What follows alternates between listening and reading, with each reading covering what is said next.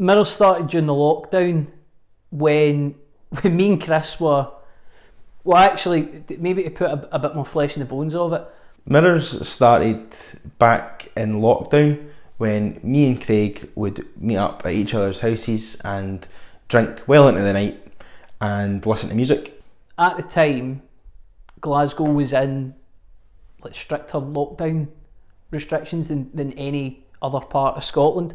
We became the extended households of each other. Chris was just moved into a flat not far away from me, like 10 minutes down the road, so we couldn't get back to our families. You know, all my family are out in Lanarkshire, Chris's are all out Bath Gateway, so we had to stay. We had to stay in within the city. That was the rules at the time.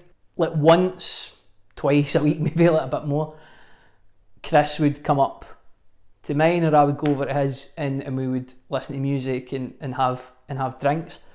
And I think that we kind of expected this to go on for about like 3 weeks or something. It went on much longer than that. We just decided, why not start making music? Considering that both of us are musicians, let's sit and try and write some music. Rather than just sit and listen to music and getting steaming. So the first Mirror session that we'd done...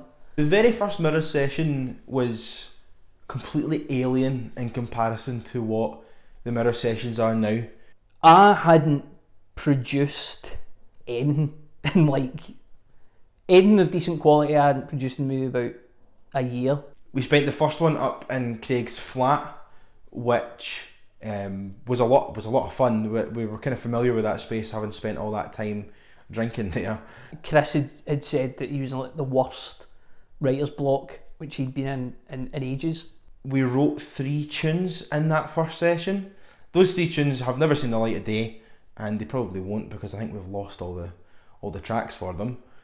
I think that we were probably both optimistic about it, but also there was a kind of worry that this might be terrible, because none of us had done anything of decent quality in so long. I remember the first track that we'd done was Place, which was a track which I had on my computer for ages, and I probably tried to sit and finish it tons and tons of times and couldn't get anything from it. It's so weird that I actually kind of like visualise it. I was like sat here, Chris is over to the left. I said to Chris, just don't write anything down, just kind of sit and listen to the track, and maybe after about 15 minutes max, with Chris like sat listening to the headphones, he goes, right, okay, I'm ready. And I'm like, you can't be, there's no way. I've been sat with this tune for months and have tried so many times, can't find a melody, can't put lyrics down to it, can't do anything with it. The melody was just perfect with it. And then I took Chris's vocals and chopped it up and made it into this sort of, like, it had these high chops, low chops. I hadn't done anything like that in months. I wouldn't even have known how to do it. It seemed like all the ideas were in my head, but actually trying to make it happen, no chance. So then we go on to the next tune, which was Midnight Daydream. And when we started putting this track together, every thought that came into my head, every idea went, oh well, maybe that could do that, maybe that could do that, maybe that could do that. All of them worked. Again, to put into the sort of context, nothing had worked for maybe about a year minimum, and now it was all falling into place. But it was a lot of fun, and I remember leaving it with a very good feeling, like we're doing something good here. At that point, you sit there and go, aye, we've got something here. This is going to work. Yeah, this is the first 10 minutes they set. Just was chatting. You are recording, sorry. This is now the start.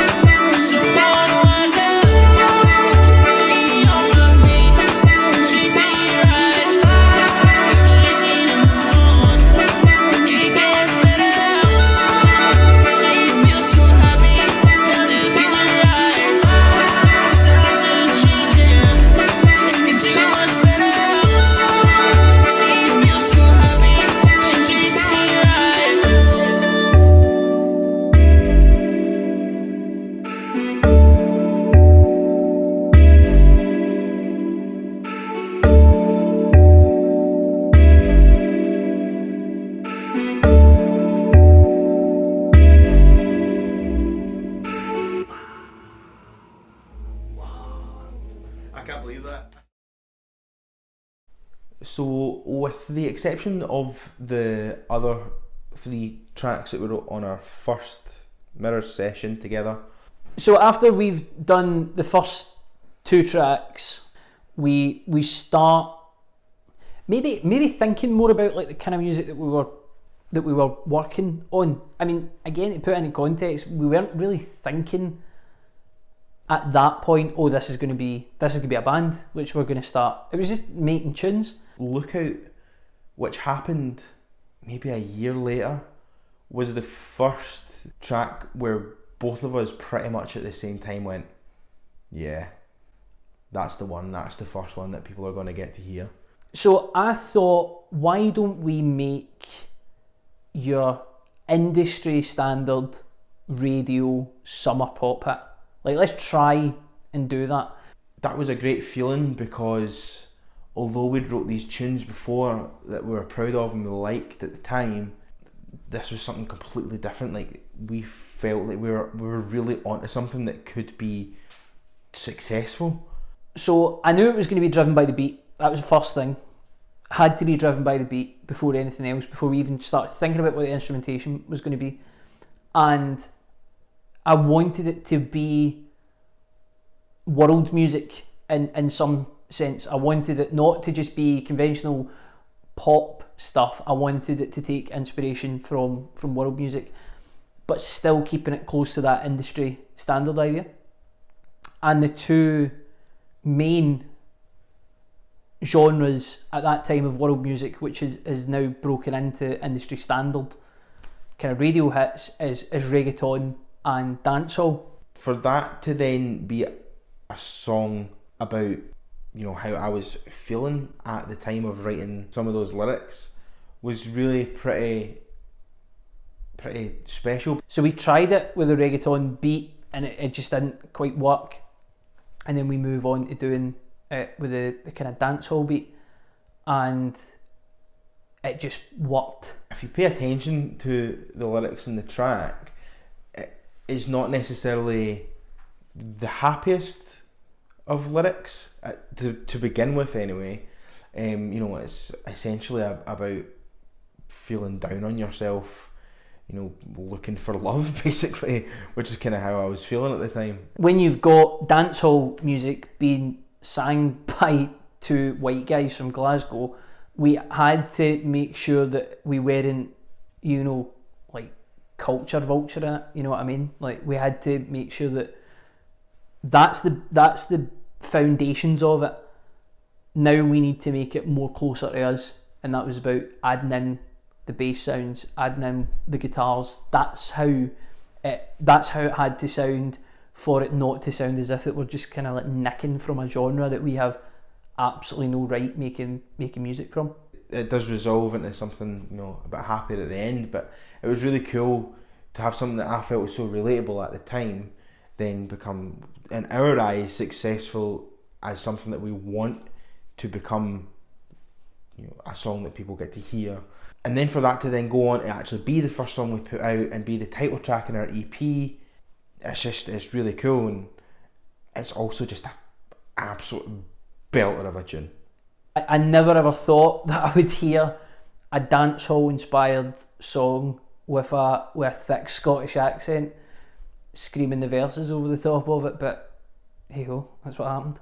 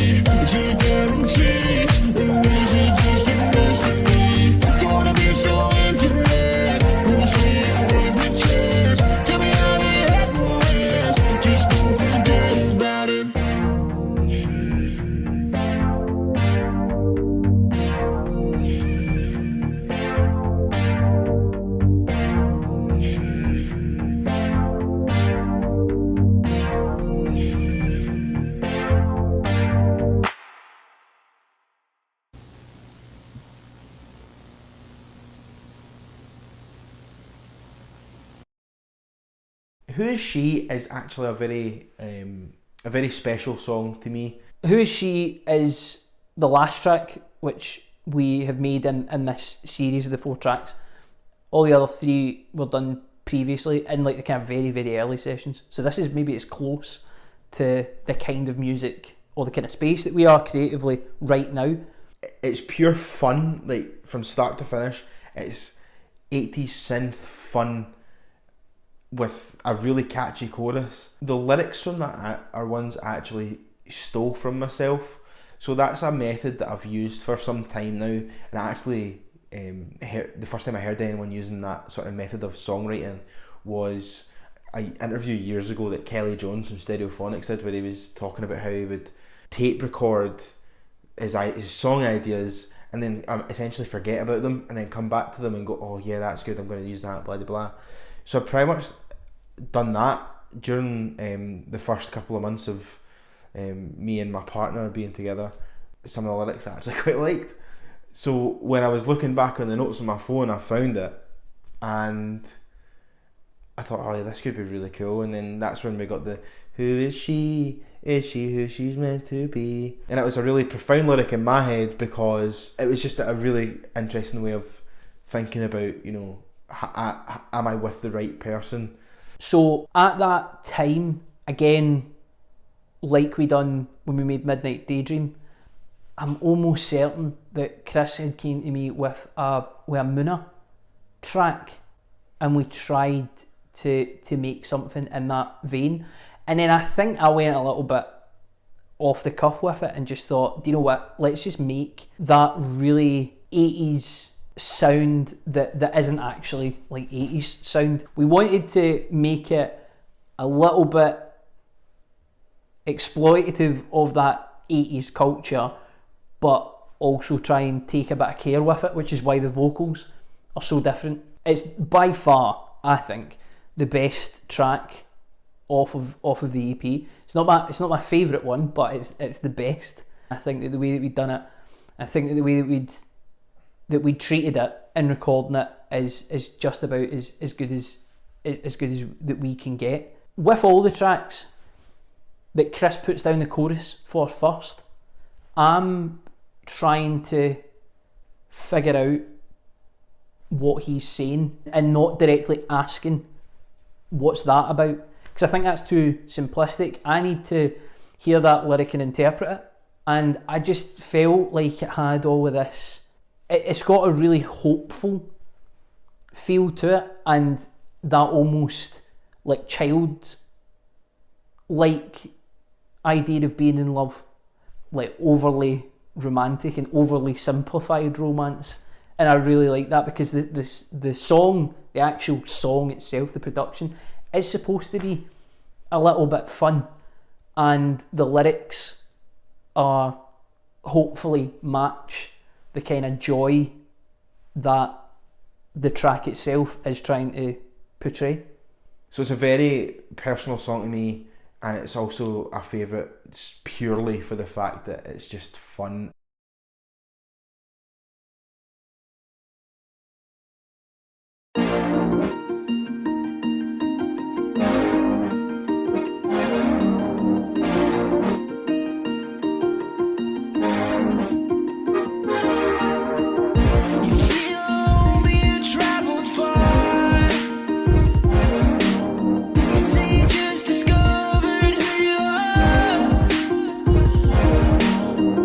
You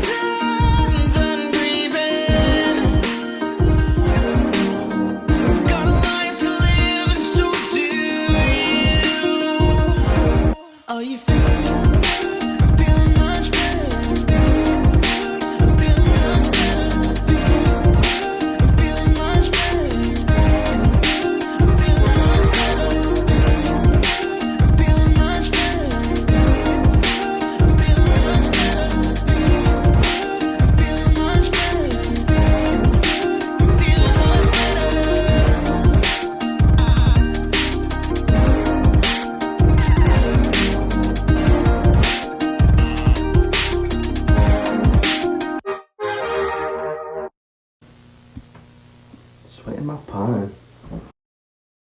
Feeling Much Better, in my mind, definitely has the catchiest chorus. So Feel Much Better is my personal favourite track off the whole EP. When I first put that line down, I spent the rest of the day.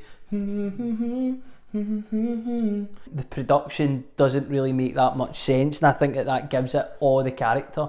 I sent over the demo to Craig, or the voice note, and he was like, I'm pretty sure the words he said to me is, "You're the master of chorus hooks," which, I mean, I'll take it. I don't think it's true, but I'll take it. When Chris sent me the voice note of the idea for the hook after we got the kind of bare bones of the track down, I just thought, aye, this is it. But the track, I think, it stands out from the other ones slightly. It makes it stand out from everything else which is on the record.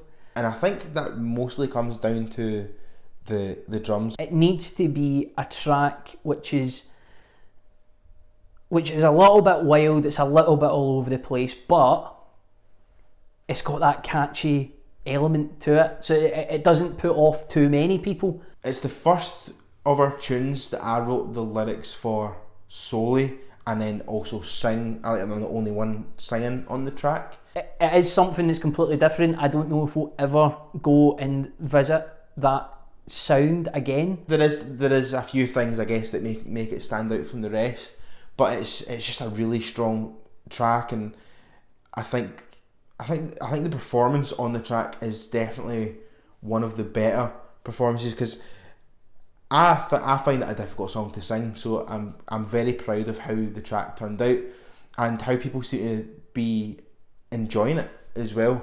To be able to experiment with something that's that little bit out of step from the rest of the things that we're making, aye, that's worth its weight in gold, and especially for us to be able to do it, you know what I mean, and do it well. What I really like about the track as a whole, and what it sort of symbolises from the lyrics to how the track's going, the track is so chaotic and it's so all over the place, while someone is singing in a soft falsetto voice over the top of it that they're feeling much better. It's like, it just sounds like a total lie. I was reflecting when I wrote the track. I was reflecting on a time where I felt at my worst, and then how I felt when I kind of started to feel better. When I first started showing it to people, I remember the best line that we got back from it was, "I can't wait to take drugs to this song."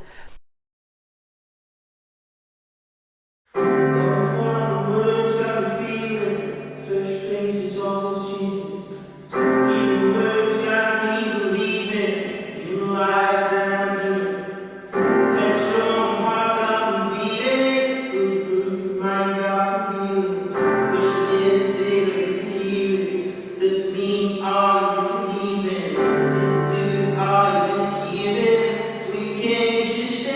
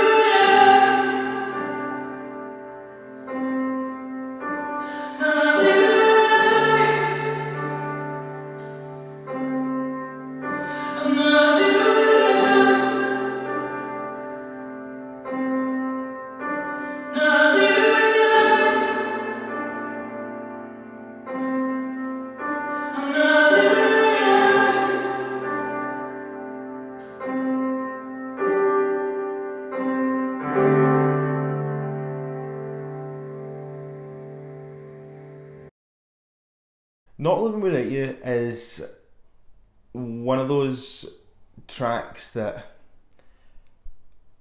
I when we wrote it, I got so excited about it. I remember the night that we wrote it. It was the first track we wrote after Lookout. At the time, because we didn't really know what Mirrors was going to be, we were talking about just writing an album.